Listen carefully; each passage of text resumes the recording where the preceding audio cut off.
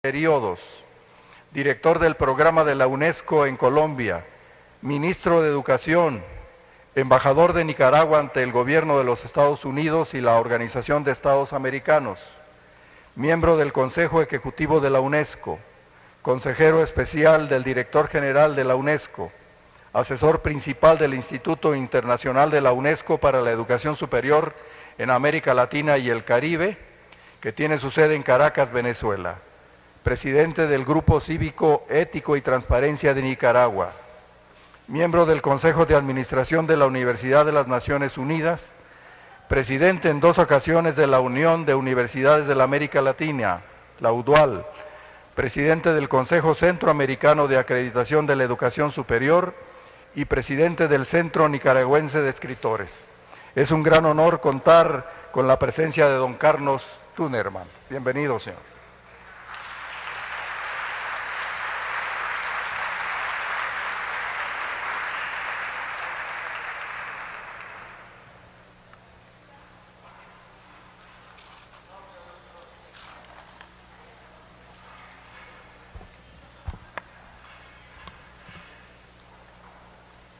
Muy buenos días para todas y para todos.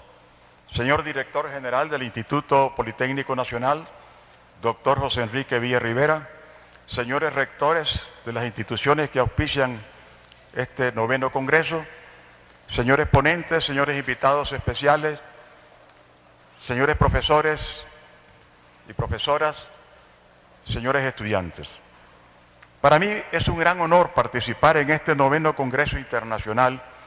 para exponerles algunas reflexiones a 10 años de la Declaración Mundial sobre la Educación Superior para el siglo XXI, aprobada en París en el mes de octubre de 1998. La primera conferencia mundial sobre educación superior se celebró, por cierto, en un momento muy oportuno. Desde luego que en esos años la política de los estados en relación con la educación superior se encontraba muy influenciada por las recomendaciones de los organismos multilaterales de financiamiento, en particular el Banco Mundial, lo que había conducido a una restricción de la inversión estatal en la educación superior pública y a políticas de estímulos a la privatización de la educación terciaria. Para la primera conferencia mundial, a la que asistieron más de 4.000 representantes de todas las regiones del mundo, los temas de gran relevancia para la educación superior que entonces se abordaron fueron los de la pertinencia, calidad, gestión, financiamiento e internacionalización de la educación superior. Además, en las 10 mesas redondas temáticas se analizaron otros aspectos no menos importantes, como fueron los referentes a las exigencias del mundo del trabajo, al desarrollo humano sostenible, a la formación de los docentes, las nuevas tecnologías de la información y la comunicación, la investigación, las responsabilidades de la educación superior con el sistema educativo en su conjunto, la promoción de una cultura de paz, la autonomía con responsabilidad social, etc. El éxito de la primera conferencia se debió en muy buena medida a su largo proceso de preparación, que tomó casi una década, y por el hecho que estuvo precedida de una serie de conferencias preparatorias que se llevaron a cabo en las diferentes regiones del mundo. La conferencia se proponía identificar algunos principios fundamentales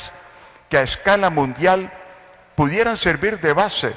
para promover profundas reformas de los sistemas de educación superior y subrayar la contribución a la construcción de una cultura de paz basada en un desarrollo con equidad, justicia, respeto a los derechos humanos, solidaridad y democracia, todo lo cual demandaba instituciones de educación superior dotadas de autonomía responsable y libertad académica. La Declaración de París comprendió un preámbulo y 3 secciones, intitulada la primera, Misiones y funciones de la educación superior; la segunda, forjar una nueva visión de la educación superior; y la tercera, el paso de la visión a la acción. En el preámbulo, la declaración partió del reconocimiento de la importancia estratégica de la educación superior en la sociedad contemporánea y proclamó que hay que preservar, reforzar y fomentar aún más las misiones fundamentales de los sistemas de educación superior a fin de formar diplomados altamente cualificados, pero también ciudadanos responsables, y de construir un espacio abierto que propicie la formación superior y el aprendizaje a lo largo de toda la vida. Además, reconoció que la educación superior está desempeñando hoy día funciones sin precedentes en la sociedad, como componente esencial del desarrollo cultural, social, económico y político, y como elemento clave del fortalecimiento de las capacidades endógenas y la consolidación de los derechos humanos, el desarrollo sostenible, la democracia y la paz en un marco de justicia. Sin embargo, se dijo, pese a la extraordinaria expansión que ha experimentado en los últimos años la educación superior, se ha agudizado aún más la disparidad, que ya era enorme entre los países industrialmente desarrollados y los países en desarrollo, en particular los países más pobres, en lo que respecta al acceso a la educación superior, a la investigación y los recursos de que disponen. Enseguida, la declaración alude al derecho a la educación que consagra la Declaración Universal de los Derechos Humanos, particularmente en su artículo 26, en que se declara que toda persona tiene derecho a la educación y que el acceso a los estudios superiores debe ser igual para todos en función de los méritos respectivos. También acogió la Declaración Mundial el concepto de educación permanente, considerado como la llave para el ingreso en el siglo XXI por el informe de Lors. En consecuencia, la declaración subrayó la necesidad de colocar a los estudiantes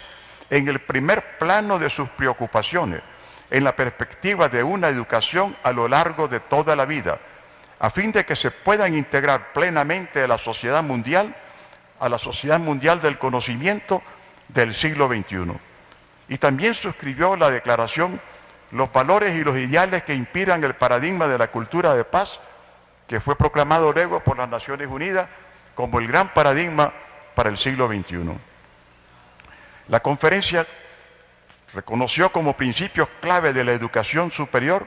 los referidos a la misión de educar, no solamente instruir, formar, realizar investigaciones, así como los que guardan relación con la misión ética de la educación superior, su autonomía, la responsabilidad social y una nueva función, la función prospectiva, imaginar escenarios futuros para nuestras sociedades. La universidad es la institución más calificada para proponer a las sociedades esos escenarios futuros. ¿Y cuál es el mejor de esos escenarios? La nueva visión de la educación superior que nos propuso la Declaración de París se basó en los principios siguientes: igualdad de acceso, el fortalecimiento de la participación y promoción del acceso de las mujeres, la promoción del saber mediante la investigación en los ámbitos de la ciencia, el arte, las humanidades y la difusión de sus resultados, la orientación a largo plazo de la pertinencia, y se abogó por el concepto de pertinencia social, el reforzamiento de la cooperación con el mundo del trabajo y el análisis y la previsión de las necesidades de la sociedad,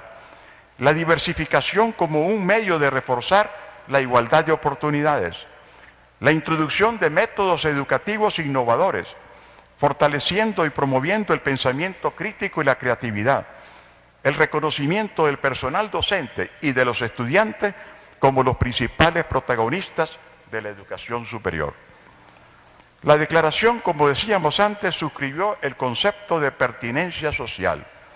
entendido de que debería fomentarse y reforzarse la innovación, la interdisciplinaridad y la transdisciplinaridad de los programas, fundando las orientaciones a largo plazo en los objetivos y necesidades sociales y culturales.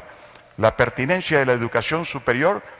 debía entonces evaluarse no en función a su pertinencia a un solo sector de la sociedad, sino en función a la adecuación entre lo que la sociedad espera de las instituciones y lo que ellas realmente hacen. La diversidad y movilidad de las demandas del sector laboral y de la economía solo pueden ser atendidas adecuadamente cuando los sistemas de educación superior se integran adecuadamente en un verdadero sistema de educación postsecundaria que ofrezca una amplia oferta educativa a los demandantes de cualquier edad. Los sistemas de educación superior, por lo tanto, deben diversificarse, pero conservando su coherencia y coordinación entre las distintas modalidades. Los nuevos modelos de la educación superior, según la declaración, deberían estar centrados en el estudiante y en su aprendizaje activo. De ahí que un elemento esencial para las instituciones de enseñanza superior sería una enérgica política de formación de personal docente para prepararlos a este tránsito en que el acento en la relación enseñanza y aprendizaje se pondría ya no en el profesor, sino que en el alumno y en su aprendizaje. En una lectura desde América Latina de la declaración, también es muy importante para nosotros lo que la declaración dijo acerca de la necesidad de facilitar activamente el acceso a la educación superior de algunos grupos específicos como los pueblos indígenas, los miembros de las minorías culturales y lingüísticas, de los grupos más desfavorecidos y de las personas que sufren discapacidades. Se enfatizó sobre la función ética y se habló de preservar y desarrollar las funciones fundamentales de la universidad, pero sometidas todas ellas a las exigencias de la ética y del rigor científico intelectual. Se dijo que las sociedades atribuyen a las instituciones de educación superior una especie de autoridad intelectual que nuestras sociedades necesitan para que les ayuden a reflexionar, a comprender y para actuar. Pero esa autoridad deben ejercerla las instituciones de educación superior de manera autónoma, de manera responsable, para lo cual deben reforzar sus funciones críticas y progresistas mediante un análisis constante de las nuevas tendencias sociales, económicas, culturales y políticas, desempeñando de esa manera funciones de centro de previsión, alerta y prevención, y utilizar su capacidad intelectual y prestigio moral para defender y difundir activamente valores universalmente aceptados, en particular la paz, la justicia, la libertad, la igualdad y la solidaridad, tal como han sido consagrados en la Constitución de la UNESCO. 5 años después de esta conferencia, hubo una primera evaluación un poco incompleta de sus resultados, quizás el lapso transcurrido no era muy amplio. Veamos ahora, 10 años después de esa declaración, qué ha ocurrido en la educación superior de América Latina. 10 años después nos parece que el impacto de las recomendaciones y resoluciones de la Conferencia Mundial en la educación superior de nuestra región no ha sido homogéneo,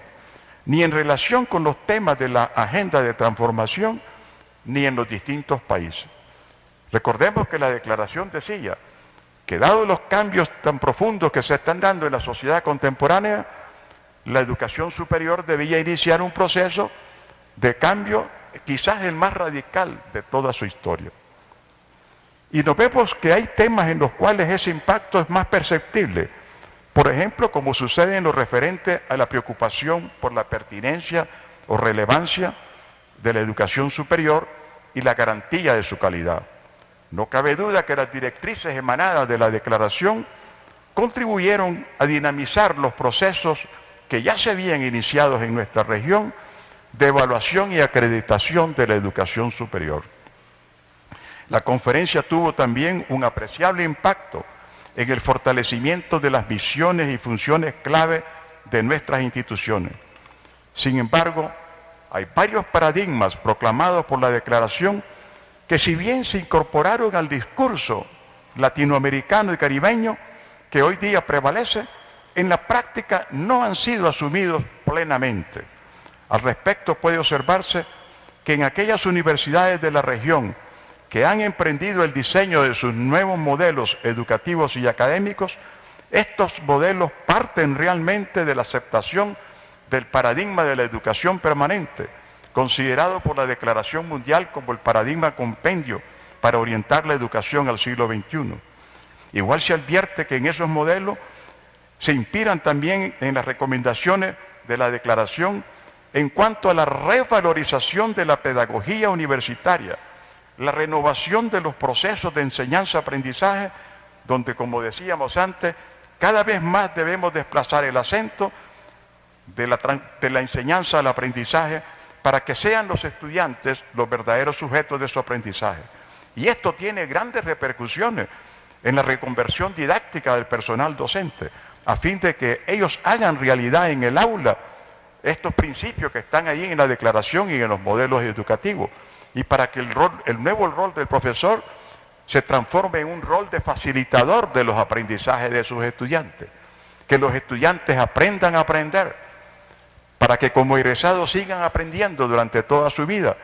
Se va imponiendo poco a poco como un cometido esencial de la educación superior en nuestro continente. De ahí el reconocimiento de que en última instancia una universidad es el currículo que en ella se imparte y los aprendizajes que éste promueve. Pero también en última instancia depende el discurso de la transformación de lo que los profesores hagan en el aula con sus estudiantes, los investigadores en el laboratorio, los extensionistas en los programas de extensión. Pero a veces resulta que hay grandes resistencias de parte del personal docente de nuestras instituciones, y este es un fenómeno común en América Latina y el Caribe, que muchas veces se resisten a el cambio o transformación de sus métodos de enseñanza y aprendizaje. No se quiere decir con esto que no han hecho bien lo que hasta ahora han estado haciendo. Lo que se quiere decir que lo pueden hacer mejor, y por lo tanto, quizás si se familiarizan con esta nueva didáctica para generar procesos de aprendizaje y transformar sus aulas y laboratorios en ambientes de aprendizaje y tener la modestia y la humildad de transformarse en coaprendices con sus alumnos, seguramente podríamos asegurar más que nuestros estudiantes están comprendiendo y asimilando en su estructura cognitiva los aprendizajes que nos esforzamos por transmitirles. En cuanto a la igualdad de acceso que promovía la Declaración de París del año 98, los resultados no podemos calificarlos más que como parciales,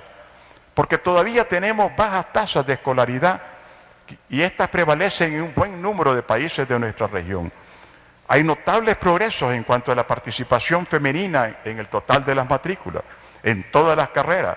pero no sucede lo mismo en cuanto a la igualdad de género en lo que concierne al acceso de las mujeres a los puestos en el mundo profesional y laboral, incluyendo los cargos universitarios más altos. Se ha incrementado un poco, pero no lo suficiente, la matrícula de los jóvenes de origen indígena, y los sistemas de becas han permitido un mayor acceso a los sectores más pobres, pero todavía este esfuerzo sigue siendo insuficiente. Una región como la nuestra, cuya tasa de escolaridad promedio en el nivel de educación superior tan solo es de aproximadamente 32%, tiene aún mucho camino que recorrer en este sentido, porque ya en los países desarrollados van por el 75 al 85% de tasa de escolaridad en la educación superior. Los planteamientos claves de la Conferencia de París en cuanto a concebir la educación superior como un bien público y el conocimiento que se genera en estas instituciones como un bien social, siguen librando en nuestra región la batalla frente a la pretensión de ciertos organismos, entre ellos la Organización Mundial de Comercio, que pretende reducir la educación superior a la categoría de una simple mercancía sujeta a las reglas del mercado. Sin duda, la Conferencia Regional de La Habana y la Mundial de París contribuyeron a debilitar esas políticas de parte de los organismos multilaterales de financiamiento que abogaban por la privatización de la educación superior y en disminuir el financiamiento del papel del Estado en la educación superior. Ayer y hoy sigue siendo vigente que el Estado tiene la responsabilidad ineludible de financiar la educación superior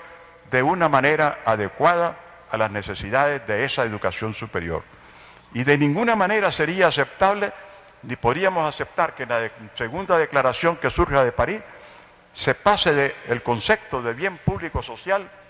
a un concepto de bien público global, que es el concepto que está promoviendo el Banco Mundial y que algunos países desarrollados han tratado también de introducir en las declaraciones que surgen de la UNESCO. Porque si decimos bien público global, estamos deslizando la educación superior hacia el ámbito de la Organización Mundial de Comercio y por lo tanto tendría que ingresar en el sector 12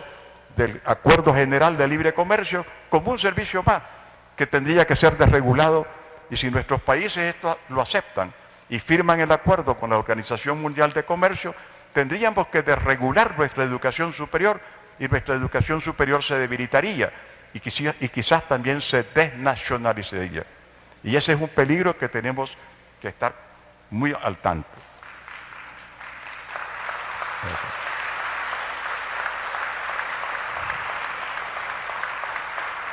Gracias. La Conferencia Mundial abogó por una autonomía con responsabilidad social. De esta manera, el concepto absoluto de autonomía o su práctica como un alejamiento de la sociedad está siendo sustituido por un concepto de autonomía de presencia en la vida de la comunidad y de una autonomía con responsabilidad social. Sin embargo, podemos señalar la aparición en nuestra región de cierta tendencia influenciada por el predominio de orientaciones mercantilistas de un peligroso concepto de autonomía corporativa que contradice los esfuerzos por renovar el concepto tradicional de autonomía. La preocupación por la pertinencia está asociándose cada vez más con la búsqueda de la calidad y su evaluación. Hoy estamos convencidos en nuestra región que calidad y pertinencia son dos caras de una misma moneda. Ningún programa puede tener calidad si no tiene pertinencia. Y de nada serviría la pertinencia si no tiene calidad. En consecuencia, es necesario que en los procesos de evaluación y acreditación evaluemos también la pertinencia social como un indicador para realmente considerar que hay calidad en un programa. Y se viene introduciendo también un concepto de responsabilidad social universitaria. Cada vez más se acepta la búsqueda de esa pertinencia mediante el desarrollo de programas basados en políticas de largo plazo, o sea, políticas públicas de Estado que trasciendan la duración de los gobiernos. Las responsabilidades de la educación superior como cabeza del sistema educativo y no simplemente como corona ornamental del sistema, vienen siendo asumidas con más frecuencia después de la Declaración Mundial. Cada vez hay más instituciones nuestras que prestan atención a la calidad y pertinencia de lo que sucede en los niveles precedentes al nivel superior. Pero todavía esto no ha sido atendido satisfactoriamente. ¿Cuán pocos institutos de investigaciones educativas tenemos en nuestra región? ¿Cuán poca investigación socioeducativa se hace todavía cuando debería ser una de las investigaciones prioritarias para nuestras instituciones de educación superior? Un tema donde la Declaración de París ha tenido un impacto muy favorable es el del financiamiento, especialmente en cuanto a esto que mencionábamos del deber ineludible del Estado de financiar la educación superior pública. Las recomendaciones de ambas conferencias y su firme alegato acerca de esa responsabilidad ha permitido que las universidades tengan en los últimos años un mayor desahogo financiero, aunque nunca suficiente, pero permitió por lo menos revertir la tendencia hacia una disminución de esos financiamientos. Podríamos mencionar otras recomendaciones, por ejemplo, la necesidad de aceptar la dimensión internacional como una función nueva de la universidad contemporánea, es decir, la internacionalización de la educación superior, pero una internacionalización basada en la solidaridad, no una internacionalización que nos lleve a privilegiar la transnacionalización de la educación superior, como sería el predominio de ofertas de educación superior transfronterizas que pudieran llegar a nuestros países sin ninguna regulación, o bien el establecimiento de filiales de universidades de otros países más desarrollados en nuestros países, compitiendo de manera desleal con nuestras propias instituciones. La UNESCO ha presentado algunas recomendaciones en ese sentido con posterioridad a la Declaración Mundial. recomendaciones muy sencillas, que lo que nos ofrezcan tenga la misma calidad con que se ofrece en su respectivo país. Que no nos vengan aquí trayendo programas de menor nivel